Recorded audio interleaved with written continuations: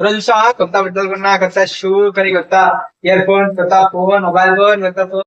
నిజంగా ఇవి నీ నీడ్సా లేకపోతే నీ వాంట్సా? రెండుంటే డిఫరెన్స్. నీడ్స్ అంటే వాంట్స్ అని ఒకటే కదా.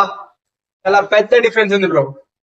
నీడ్స్ అంటే ఏంది? ఏవైతే నీకు అవసరమైనది, లైక్ ఫుడ్ కావచ్చు, మెడిసిన్ కావచ్చు, బిల్స్ కావచ్చు.